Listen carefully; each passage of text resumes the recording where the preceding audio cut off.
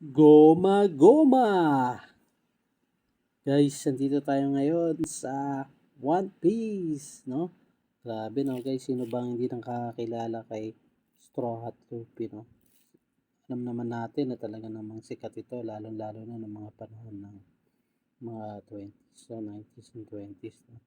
So, pag talagang nakikita natin si Straw Hat Luffy, bumabalik yung ating kabataan. Talaga naman na napakaganda ng pagkakagawa sa statue na to, no? Talagang yung quality, makita nyo naman galit na galit siya dito, no? Ito na yung mga time na talagang susugod na siya sa kalaban, yung forma na ganyan. So, alam naman natin si Straw Hat Luffy, isa siya sa kilalang kilala ng mga kabataan. Lalo na pagka sinasabi niya na ang salitang Goma Goma! Yan, mag-ingat ka na pag sinabi niya yan. Kasi talaga namang nakakatikim ka ng suntok na talagang malakas na malakas. So, masaya lang ako.